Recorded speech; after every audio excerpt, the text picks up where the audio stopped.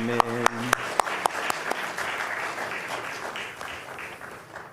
할렐루야. 오늘 거룩하고 복된 주님의 날입니다, 여러분. 주님의 날, 우리 주의 자녀들이 오늘도 하나님 예배할 수 있는 것 큰 은혜고 축복입니다. 오늘도 하나님 기뻐하시는 영과 진리로 예배할 수 있는 성도들 될 수 있게 주의 이름으로 축복합니다.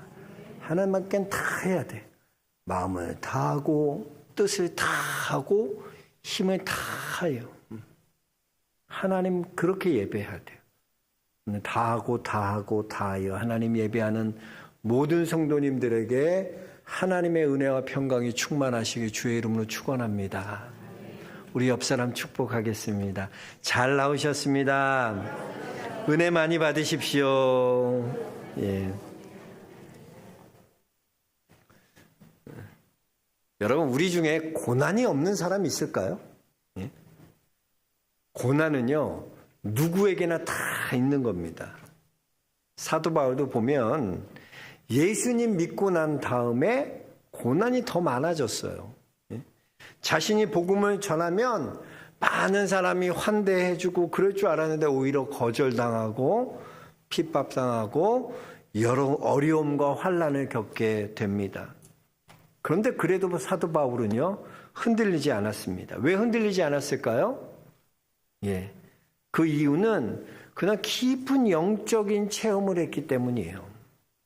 영적인 체험이 있는 사람은요, 고난 가운데 흔들리지 않습니다. 여러분이 진정으로 영적인 하나님과의 깊은 그런 체험이 있으면요, 고난 때문에 힘들어하지 않아요. 고린도후서 4장 8절에서 10절에 사도 바울은 이렇게 고백합니다. 우리가 사방으로 우겨쌈을 당하여도 쌓이지 아니하며 답답한 일을 당하여도 낙심하지 아니하며 박해를 받아도 버림받지 아니하며 거꾸로 뜨림을 당하여도 망하지 아니하고 우리가 항상 예수의 죽음을 몸에 짊어짐은 예수의 생명이 또한 우리 몸에 나타나게 하려 함이니라. 이렇게 고백하고 있습니다. 무슨 뜻입니까? 고난 중에도 내가 고난 가운데 있지만 예수님의 생명이 내 몸에서 나타난다. 이런 내가 영적인 체험을 하고 있다는 거예요. 그렇습니다, 여러분. 크리스찬은요, 비록 고난 중에도요, 그 안에서 예수 그리스도의 능력이 나타나기 때문에 여러분 두려워하거나 고난을 무서워하지 않습니다. 어떤 목사님이 이런 얘기를 하더라고요. 크리스찬 중에서 제일 좋은 직업이 뭐냐? 제일 좋은 직업이 뭐일 것 같아요? 크리스찬들이 일하는 곳에서 제일 좋은 직업. 그 목사님 그러더라고요. 본죽에서 일하는 사람이 최고 좋대요. 저도 뭐 본죽 좋아해요. 근데 그 본죽이 무슨 크리스찬이랑 뭔 관계가 있어? 목사님, 크리스찬이랑 뭐 본죽이랑 뭔 관계가 있어요? 그 목사님은 그래요. 죽을 매일매일 준비하잖아. 죽을 준비하니까 본죽에서 일하는 사람이 기하잖아. 못 알아들었어요? 죽을 준비한다고. 죽을 준비. 무슨 아재 개그 하는 것도 아니고 썰렁한데 근데 참 의미가 있잖아요. 죽을 준비한다. 여러분, 우리가요, 부활을 믿는 것은요, 죽음이 있다는 것도 믿는 거예요. 예수님 죽은 후에 부활이 있잖아요. 그죠? 사도 바울이 그래서 담대하게 나는 날마다 죽노라 외칠 수 있는 건 왜 외칠 수 있습니까? 나는 날마다 부활하기 때문에. 그걸 믿으니까 날마다 죽는 것이 두렵지 않은 거예요. 여러분, 죽음이 왜 두렵습니까? 우리가 부활하는 것을 믿으면 죽음 두렵지 않아요. 그래서 여러분, 고난도 우리 인생에서 마찬가지예요. 성도가 고난이 있어야 여러분 성장해요. 고난이 있어야 여러분이 하나님의 능력이 내 안에 머무는 것을 경험하게 되는 거예요. 고난 없이는 안 되는 거예요.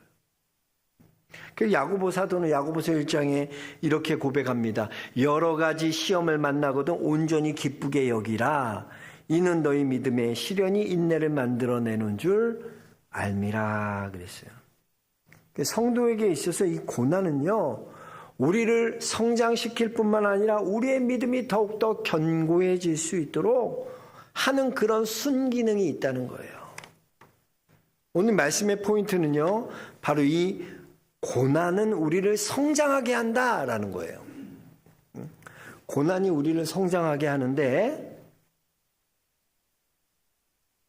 그냥 성장하는 게 아니라 이렇게 성장하기 위해서, 그런 순기능을 하기 위해서 우리가 해야 할 일이 있다는 걸 본문은 말씀해 주고 있습니다. 우리 1절 말씀 먼저 2장 1절 말씀 다 같이 다시 한번 읽어볼까요? 2장 1절입니다.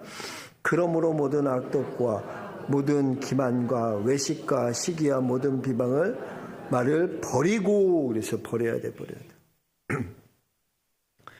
여러분, 고난이 우리에게 성장이 되기 위해서 꼭 해야 될 게 첫 번째 뭐냐면, 우리의 성장을 방해하는 요소들을 여러분 제거해야 돼요. 여기 오늘 1절에 보니까 5가지가 나옵니다.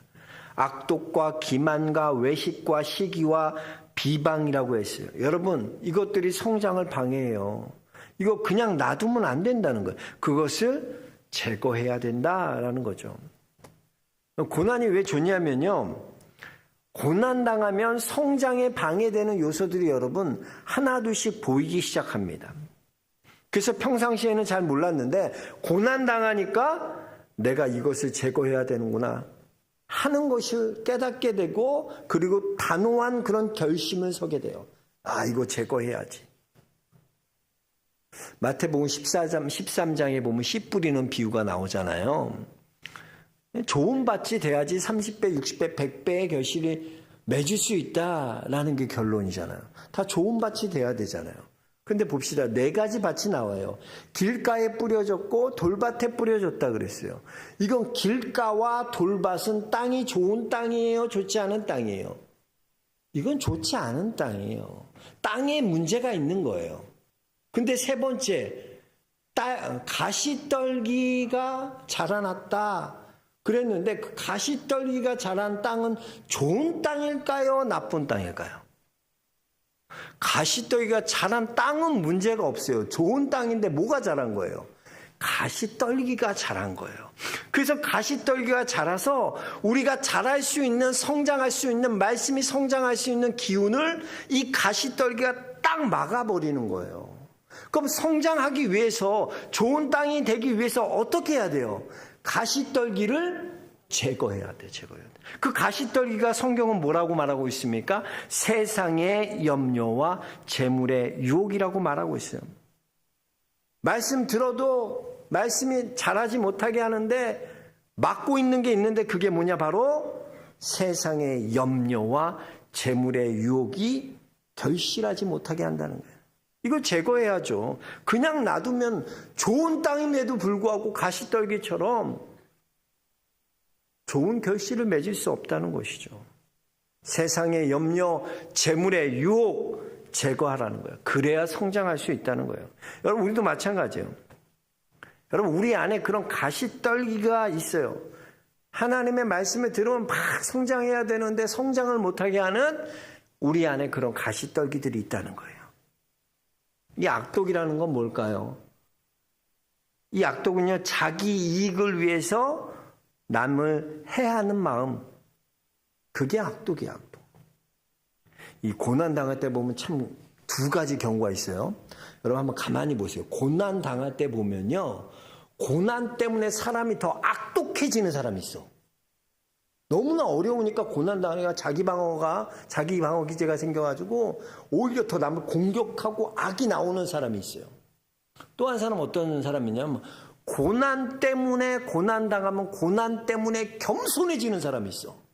고난 때문에 눈물이 많아지고요, 고난 때문에 겸손해지고요, 고난 때문에 깨끗해지는 사람이 있어.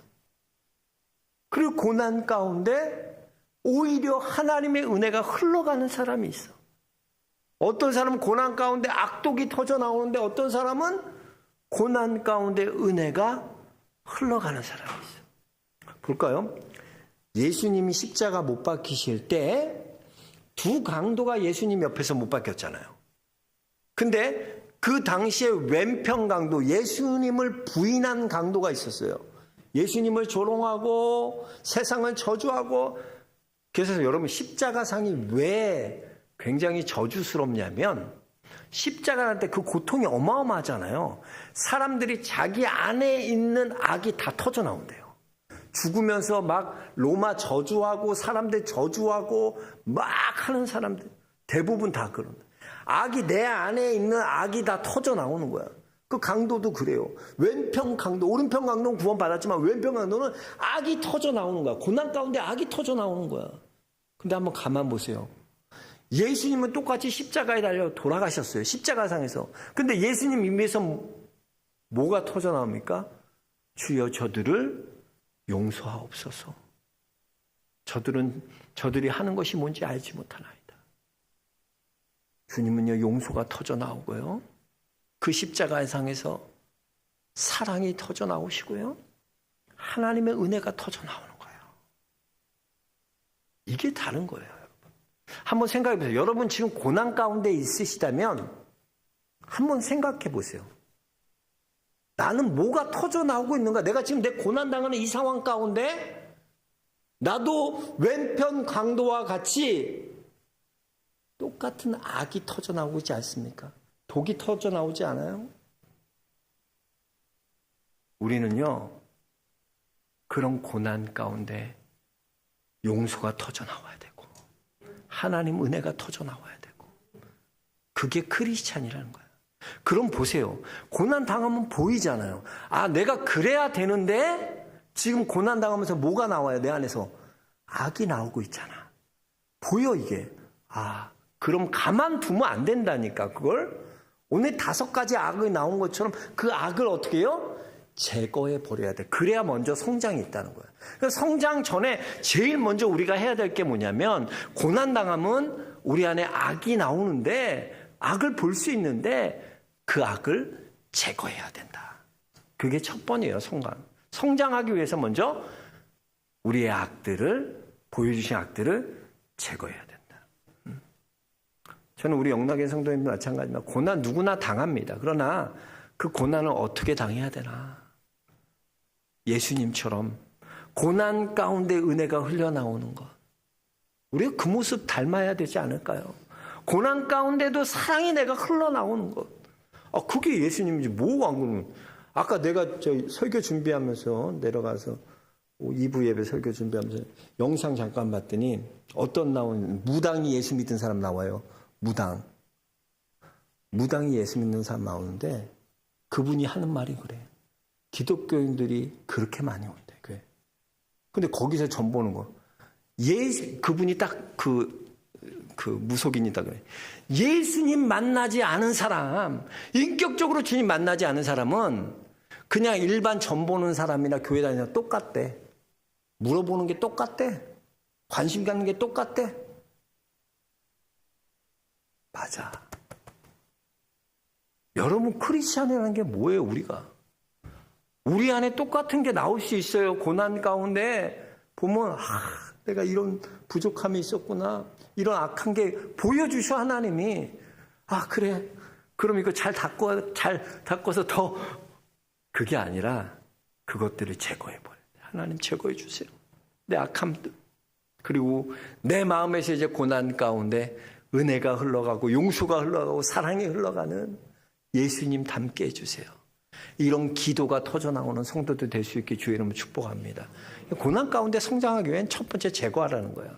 그럼 두 번째, 우리가 고난 가운데 성장하기 위해서 어떻게 해야 될까요? 오늘 2절 말씀 같이 한번 읽어볼까요? 갓난 아기들 같이 순전하고 신령한 젖을 사모하라. 이는 그로 말미암아 너희로 구원에 이르도록 자라게 하려 함이라. 자라는데 뭘 먹어야지 해요? 아이는 젖을 먹어요. 신령한 젖을 먹어요. 신령한 젖이 뭡니까? 하나님의 말씀이에요. 그러니까 아이가 젖을 사모하며 먹는다는 건 우리가 하나님의 말씀이 그런 어린아이와 같은 마음으로 젖을 사모함으로 먹는 거예요. 우리 선영 집사가 배가 이제 조금씩 너무 예뻐. 성가대 안에서 너무 이쁘더라고. 저렇게 탁 배가 이렇게. 우리 4월이지? 4월에 이제 출산해요. 얼마 안 남았어.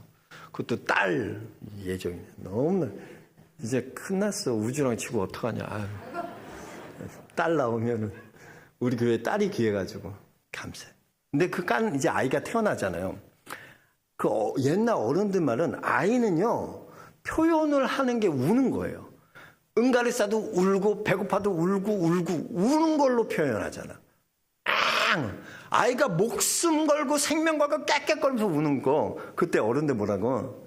우는 애에겐 젖 물려야 된다. 할머니 할아버지 항상 그래. 야, 우는 애들한테 젖 물려야 돼. 그게 최고야. 근데 진짜 딱 울면 젖을 딱 물리면 애가 또 그쳐. 그 애들이 얼마나 신생아들 아이들이 얼마나 많이 먹냐면 이제 선영이도 모유수유 해야 되지만 애들이 보통 6, 7번을 먹어 하루에 아이들이. 그러면 이게 시간이 거의 안정해. 자다가도 새벽에 애가 울면 물려줘야 돼. 엄마들이 얼마나 피곤한데. 그러니까 애 키우는 게 너무나 새벽에도 애를 젖을 물려야 돼.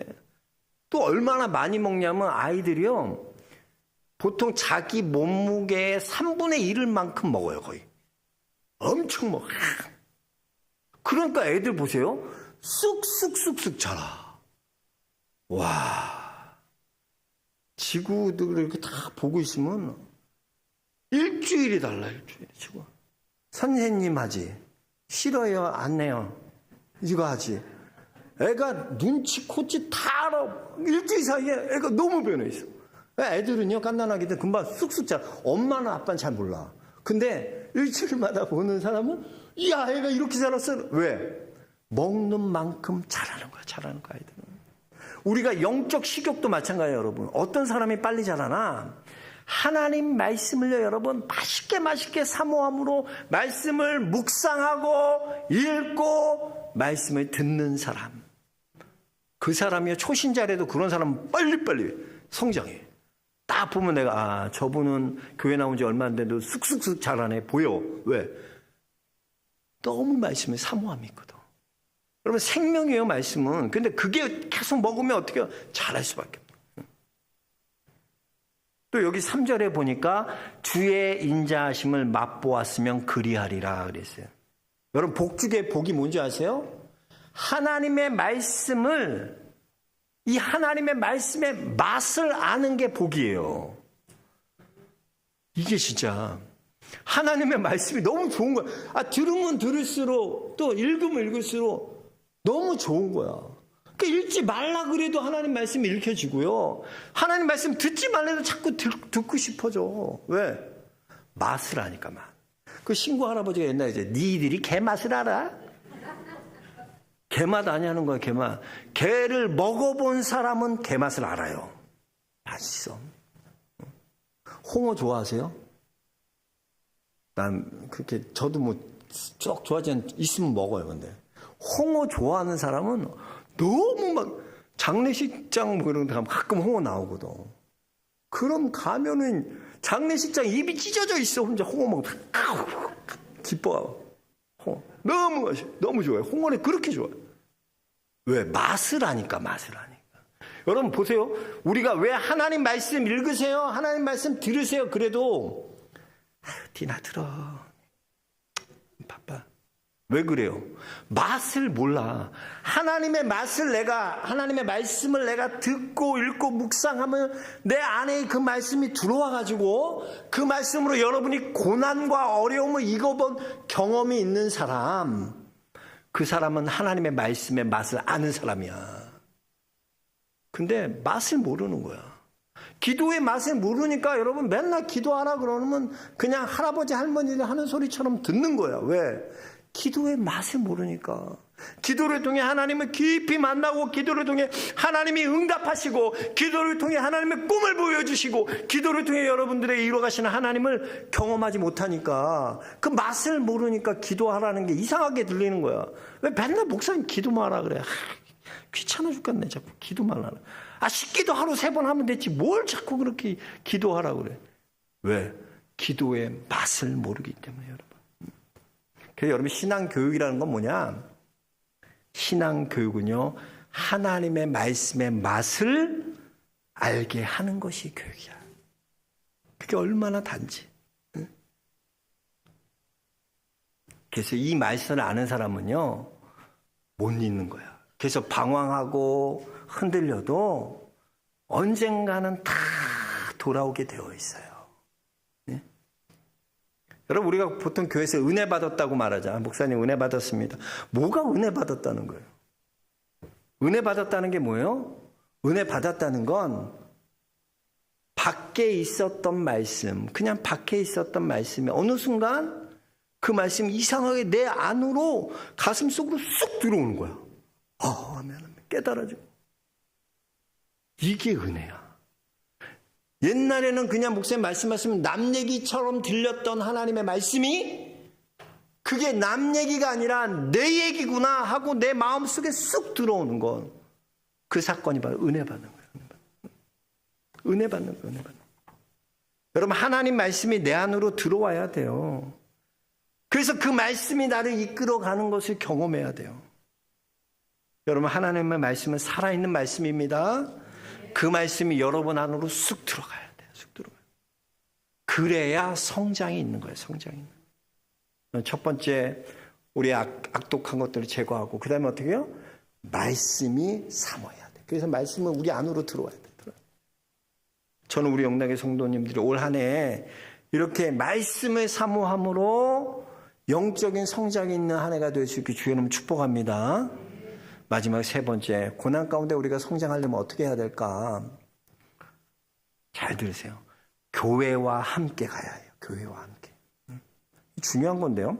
오늘 5절 말씀입니다. 5절 말씀에 보면 너희도 산돌과 같이 신령한 집으로 세워진다라고 했어요. 여기서 신령한 집으로 세워진다는 게 뭐예요? 거룩한 하나님의 성전이 된다는 거예요. 즉 여러분 한 사람 한 사람이 서로 연결되어서 거룩한 성전이 되어져 간다라는 거죠. 여러분 혼자 고난 극복하는 거 쉬워요? 어려워요? 쉽지 않아요. 어려워요.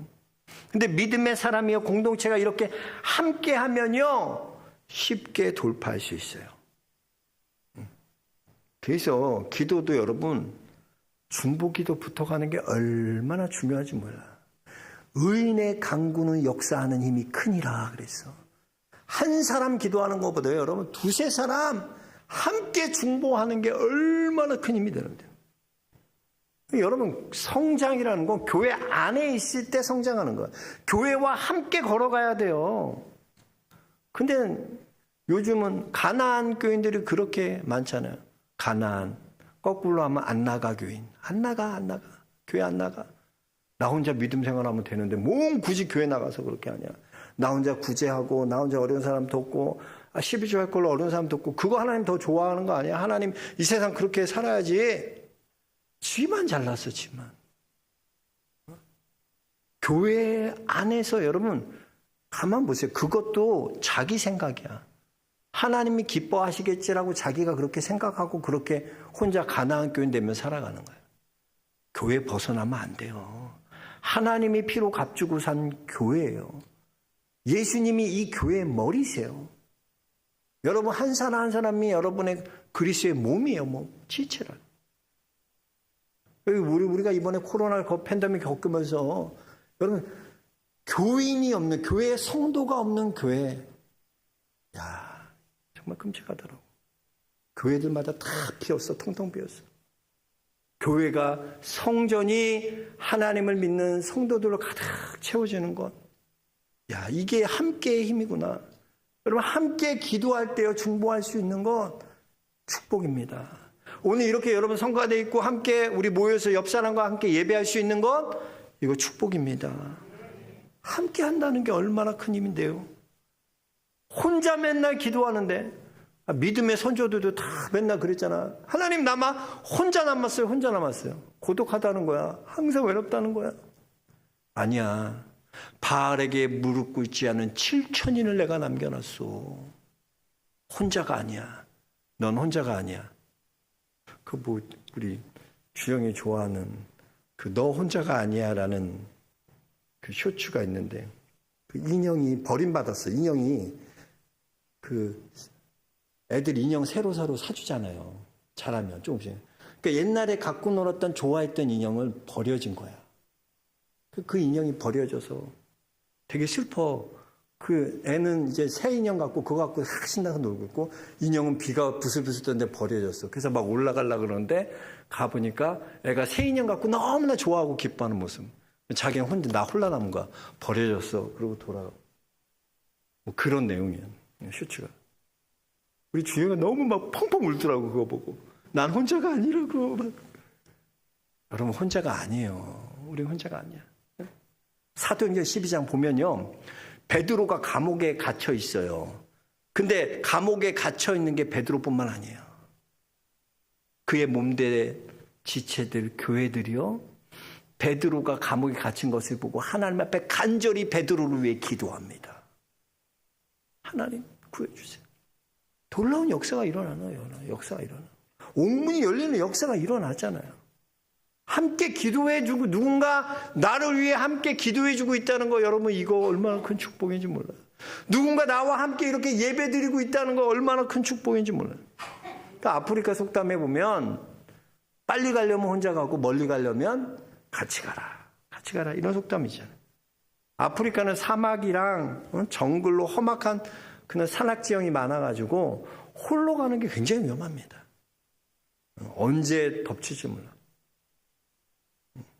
여러분 우리도 가만 보세요. 우리는 저 멀리 배는 시온성 향해 같이 함께 손을 잡고 가는 순례자들이야. 하나님 저 멀리 배는 시온성 향해서 같이 나가야 돼. 여러분 로제토 효과라는 거 들어보셨어요?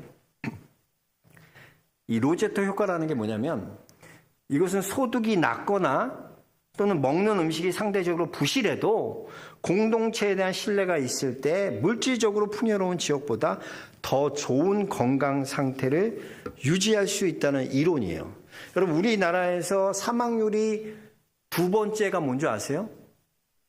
두 번째 사망 원인 제일 많은 게 두 번째가 1위가 암이고 두 번째가 심장병이에요. 심장 질환. 그래서 심근경색이라는 심장 쪽에 있는 병들이 두 번째래요. 이 펜실베니아에 있는 이탈리아 이민자들이 거주하는 로제토 마을이 있어요. 이 마을에서 이 로제토 효과가 유래된 건데 조사해 보니까 신기한 거야. 이 로제토 마을에서 보니까 1960년대에 이제 실시한 인구 조사 중에 발견된 건데 당시 로제토 마을에서는요, 사람들이 다 술, 담배하고, 술, 담배는 물론이고, 소시지와 미트볼 이런 거 식습관으로 자주 먹는 습관을. 근데 놀랍게도 심장병 발병률이 미국 전체의 절반 이하로 45%, 41%인가 돼. 너무나 신기한 거 똑같이 먹는데도 거기서는 안 일어나는 거예요. 그래서 이 스튜어트 울프와 존 브룸 박사가 30년간 이 마을을 추적 조사해 본 거예요. 그랬더니 어떤 결과가 나오냐면 로제토 마을에 아주 유독 높은 이웃 간의 유대감과 강한 응집력을 발견했대요. 그래서 보면 거긴 그 로제토 마을은요, 이곳에 아픈 이가 있으면 함께 이 아픈 사람을 함께 돕습니다. 또 경제적으로 파산하면 이웃이 있을 때면요, 그 가족을 공동체가 돌보는 것을 당연하게 생각하고 있어요. 근데 저는 이게 감동적이라고. 한번 생각해보세요. 어려운 사람 우리가 도와줄 수 있잖아요. 자비를 베풀 수 있잖아요. 근데 여러분 그것이 내게 아무것도 아닌 당연한 것처럼 여겨지기까지는 얼마나 시간이 걸렸을까요? 그러니까 한번 남들이 파산해서 그 아이들이 있는데 그 아이들을 당연히 우리가 도와주는 걸 당연한 걸로 생각한 거야. 이상해하지 않는 거. 대단하다 박수 칠 일이 아니라는 거예요. 그런 문화야. 그런 문화. 이 로제토 효과가 말하는 게 뭐예요? 서로 간의 이 관계의 힘이라는 게 얼마나 중요한지 우리에게 설명해 주는 거 아닙니까? 여러분, 교회는요, 함께 예배하고요, 함께 기도하고 함께 선교하는 곳이에요. 이 함께임이 얼마나 강력한지 몰라요. 말콤 글래드웰의 글에 보면 말 한 마리가 수레에 4톤을 끌 수 있다고 합니다. 자, 그럼 말 2마리는 수레 몇 톤을 끌까요? 우리는 8톤이라고 생각하잖아. 근데 말 2마리는요 22톤을 끈대요, 수레. 이야, 대단하지 않아요? 이게 바로 시너지 효과라는 거예요. 전도서 4장 12절에 보면 한 사람이면 패하겠거니와 두 사람이면 능히 당하나니 삼겹줄은 쉽게 끊어지지 아니하니라 그랬어요. 그렇습니다. 여러분, 신앙은요 혼자 하는 게 아니야. 신앙생활 함께 하는 거야. 함께. 싫든 좋든 여러분 교회 안에서 머물러야지 교회 밖 떠나면 절대 안 되는 거예요. 그래서 여러분, 넘어져도 교회 안에서 넘어지십시오. 그래야 돕는 자가 나오는 거예요. 우리는 교회와 함께 걸어가야 합니다. 우리는 함께 가야 돼요. 그럴 때 놀라운 성장이 있다니까요. 고난이. 저는 우리 영락의 성도님들이요, 초대교회와 같이 그렇게 거룩한 이 공동체성이 회복되고 함께하는 교회, 서로 이 로제토 마을과 같이 함께 나누는 교회, 공동체, 그 공동체가 성장하는 거예요. 그런 귀한 성장들이 있기를 주의 이름으로 축복합니다. 하나님 감사합니다. 오늘도 우리에게 말씀하여 주심에 감사합니다.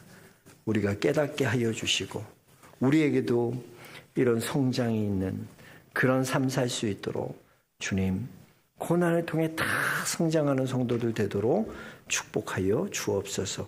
예수 그리스도 이름 받들어 기도합나이다.